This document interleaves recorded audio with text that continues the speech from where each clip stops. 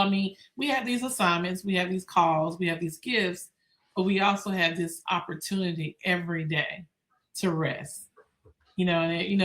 If you grew up in church or you were a PK kids, like on the seventh day he rests. Well, he's God. He can rest on the seventh day, but guess what? You're human, so that means you need to rest every day. Every day. Every day needs to be a part of your thing. You guys have read the books Rest is Resistance. You probably heard Ours with Lord. You heard a lot of these people say it, but as women, as leaders, if we do not invite rest, you see what's happening in our social milieu, in our world. We cannot show up in those spaces to actually confront, right? Combat if we need to, convict if we need to, clarify if we need to. We need to be able to speak up authentically without fear.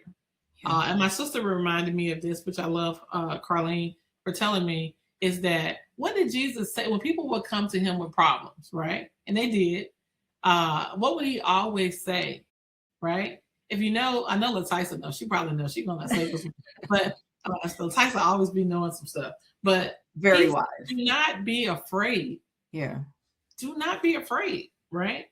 And when my sister asked me this question, she thought I wasn't gonna know. She thought she was gonna teach me something. I said, "Girl, do not fear. Do not be afraid." Right. But I'm in a psychiatry spaces, so I know that the number one thing that comes up for people, particularly our young folks, is fear. Yeah. Right? I'm afraid. I'm afraid of what other people are going to think about me. I'm afraid of what happened if I try and I fail. I'm afraid if I, was able to lose 100 pounds and I gain those pounds, people are going to look at me a certain way. Yeah. I'm afraid that if I pivot and go into another job, I may lose my income. And then what would I do if the income is lost? All of these fears, right, maybe need to be reassigned, or I guess put in another pocket, like compartmentalize, and recognize that sometimes fear is a way to activate you to move in a new direction. Yeah. Sometimes fear is a way to remind you that God is in control and that maybe you're not trusting, him more. But wherever the fear is in your life, we have to cast it down and we have to name it, but then also say that it doesn't live here.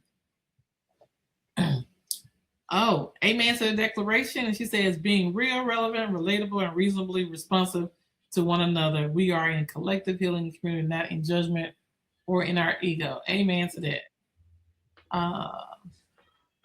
And I think when we're not in that collective community, we see so many awful, horrible, us having a meltdown with our kids or with our spouse, but not being able to reel back in, can have really dire consequences, which is our kids not feeling loved, our spouse not feeling cared for, or and not to be dark, but it can escalate to be so much more because we're not managing the emotions the right way.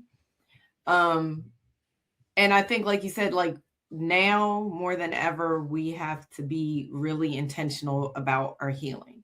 And if we're not intentional about our healing, are we really okay? Yep. And I can tell you, I was not intentional at a stage of my life, so I was not okay. And if you had asked me at the time if I was not okay, I don't even know if I would have been able to see that, to see it, right? So it's okay if you're listening to this and you're thinking, I don't even know what you're talking about, right? Because it may be that you need that break or that time or experience to really fully reflect and observe yourself, right?